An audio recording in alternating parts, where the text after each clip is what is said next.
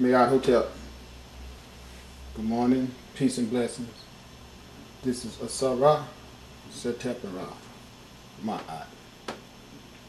So as usual, I was sitting here just going through, hearing what people have to say, trying to put a connection of analyzation together that could balance my turmoil or my existence, or just bring my equilibrium claim to be more peaceful as far as my mental acceptance of how things really function in our universe.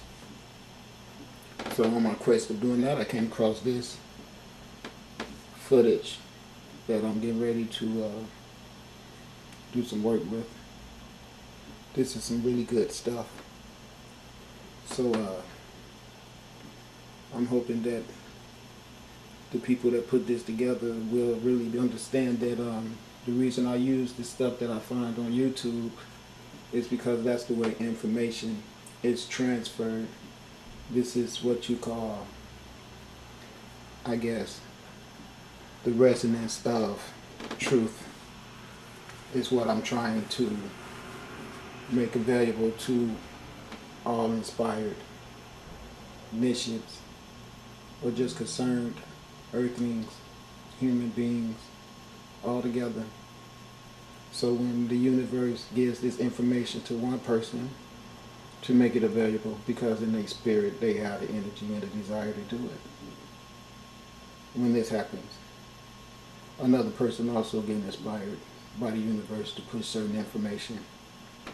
So I do this when I use other people's information, not out of disrespect for them. If I never acknowledge to the people who prepare this stuff that resonates with me when I come across it, I want you to know that even if I forget to thank you, you know that you've already been thanked by me finding your work qualified to implement, because I don't like to implement garbage.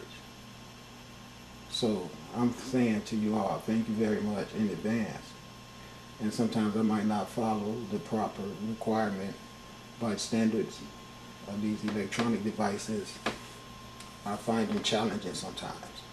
But I still go ahead and do what my task is. Taking a risk again to get in trouble with the people who provide you with the luxuries of this internet communication system. So I apologize to YouTube. I don't deliberately violate any codes, but sometimes in my condition of haste and time availability and everything, I just don't have the faculties or the time necessary to leap through all those channels. So I take a risk at what I do, because that's what my whole existence is based on. Risk. It's constantly around. So don't take it personal. So anyway, let's get started with this. Peace and blessings.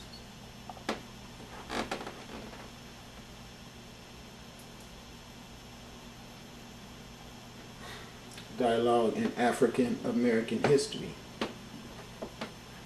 This person, so you can know, that's very new to my ears. Originator and creator of the Harvest Institute economic think tank, which to me, I'm sure has been a disadvantage in a adverse circumstance, because I like the way the whole format, the deliverance and everything of this guy is really, to me,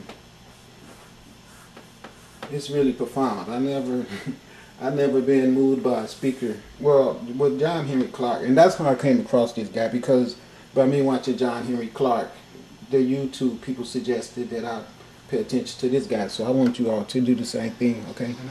I mean, he is very on point. Everything he says is exactly how I feel. Real simple. And let me tell you all that you all are very, very privileged to have Alton Maddox as one of your leaders in this community.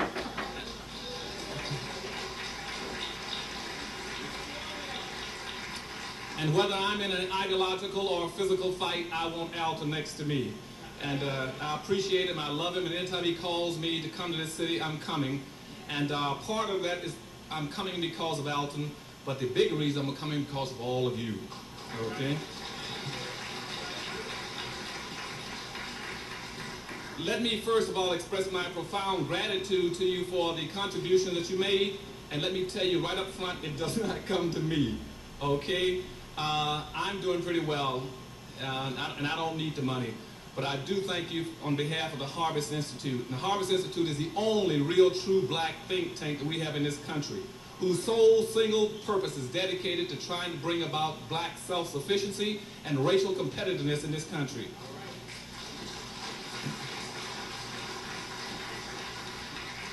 And what we're trying to do at that institute is go across this country, identify the best of our human capital and our physical and financial capital and bring it together to make us a unified, competitive force. And then right now we're running against 1,000 to 1,200 white think tanks. And I have, just out of curiosity, I did what a couple of members of my board asked me to do. The Congressional Black Caucus people said, Dr. Anderson, why don't you go to some white corporations and ask them for some money? I said, first of all, they're not going to give me any money. They're not crazy. They're homicidal, not suicidal. But anyway, I sent a couple of letters to a couple of major white corporations to ask for some money. And president of one and chairman of another corporation, two of the biggest in the United States, they called me and said, Dr. Anderson, so you know what? So one said, I'll give you $250,000 every year. Another one said about $300,000 to $400,000 every year if you make one change in your program.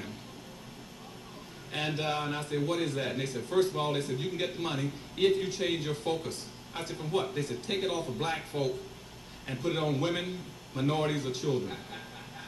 And so I told them, that's okay, I don't need your money, and I'll go on without it. But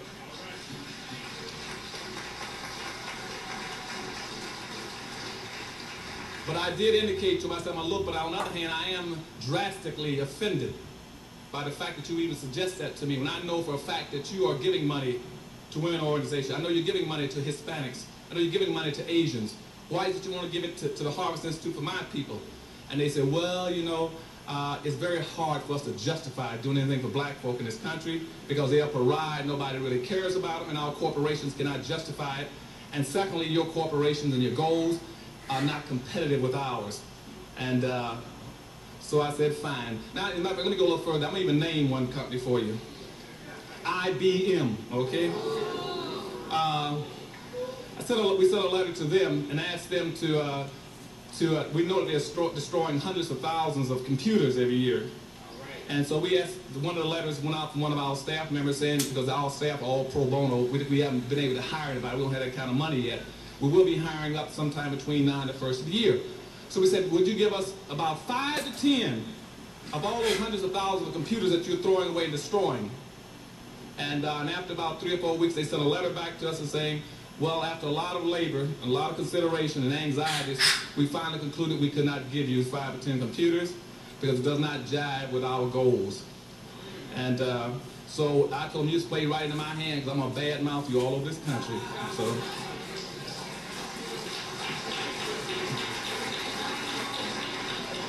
And my rule from now on is that anybody can't support black folk, I don't want black folk to support them. Don't give them... That's right, don't give them shit. I know he can't say that, but I can. Because see, these guys come out there and they be really defined, just like me, but then they are very, very disciplined, unlike me. What I mean is this. I understand the importance of having a guideline to go by about how you conduct yourself in today's society. Some things are just not tolerable. Okay, these guys know that. That's the reason why they won't use profanity, because they're really concerned about what type of character and what type of image, a reflection they're going to be in the whole realm of all black people and all people on the planet, period. So I really admire that about them. That's a very hard thing to do, control your emotions. And that's what they're doing. They're showing supreme capability of not letting their emotions get in that ass. But see, I let my emotions get in that ass. And I'm going to let everybody out there know. All you black people out there that support any business structure that is not owned and operated by your own people is the reason why we have to support business structures that are not owned and operated by our own people.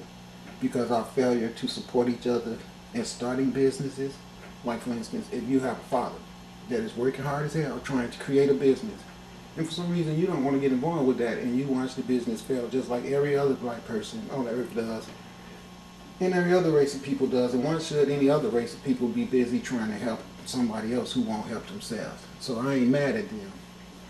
But the decadence of their mind, where they get influenced by religions and everything to do that, is what I really see totally at work. And I know where all that came from. And that's the reason why the person that's victimized the most on this planet is the person who victimized themselves by not having unity and being responsible enough to create circumstances of infrastructure so they won't have to rely on people who has made it perfectly clear to them that they would love to see your ass dead and off the face of this earth. But for some reason that SUV that your ass worked like a slave on right now is going to be everything you contribute. Every ounce of work on this planet while you're here is going to be for the perpetuation of consumption of materialism.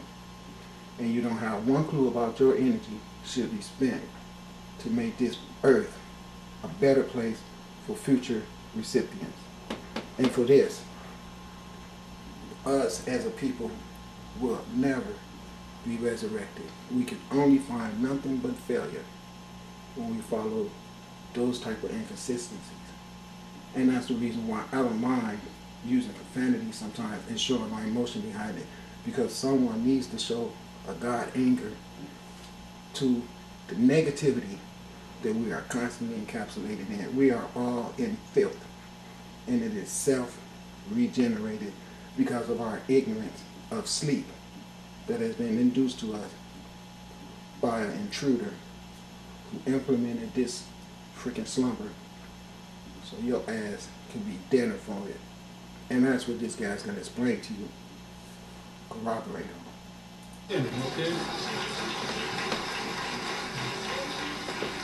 Now, if you don't mind, because my good friend Alton told me to come up here and lay it on you, so if you all don't mind, would you please allow me to take off my coat? I'm going to talk to you this evening. I want you to whoop that ass. You got permission. Whoop that ass. Let them wake up. Wake their asses up.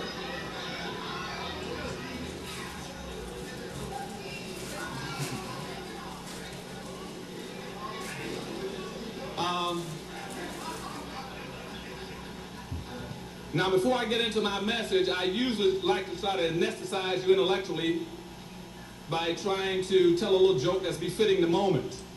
So before I get into the comments I'm going to make to you, let me tell a little quick joke that sort of summarizes the feelings that I have about what I'm going to talk about today. And it's about a guy who, a drunk, who had an animal, and he went into a bar. And the bartender said, "Hey man, let me tell you something." He said, "You can't bring that dog, or whatever it is, into my bar." He said, "Why not?" He said, "Any place I go, my dog goes." And the bartender said, "Look, I'm going to tell you again. You cannot bring an animal into this bar. This is for humans. And we have human consumption going on in here, and it's against the law to have an animal on the premises." The drunk says, "Any place I go, my animal goes." So the bartender said, "I tell you what," he said, "if you don't get him out of here in about 2 to 3 minutes," he said, "I got a Hungarian bulldog back here, I'm going to turn her loose on him. And my dog is ferocious." And he said, "Now I'm going to count to 3. If you're still here with that thing, I'm going to turn her loose on him." So the drunk says, "Any place I go, my animal goes." So the bartender says, "Okay." He goes back to the back room and opens up the door, and out comes about a 6-foot Hungarian bulldog, rushes straight at the drunk's animal, and the animal just opens his mouth up and swallows him whole.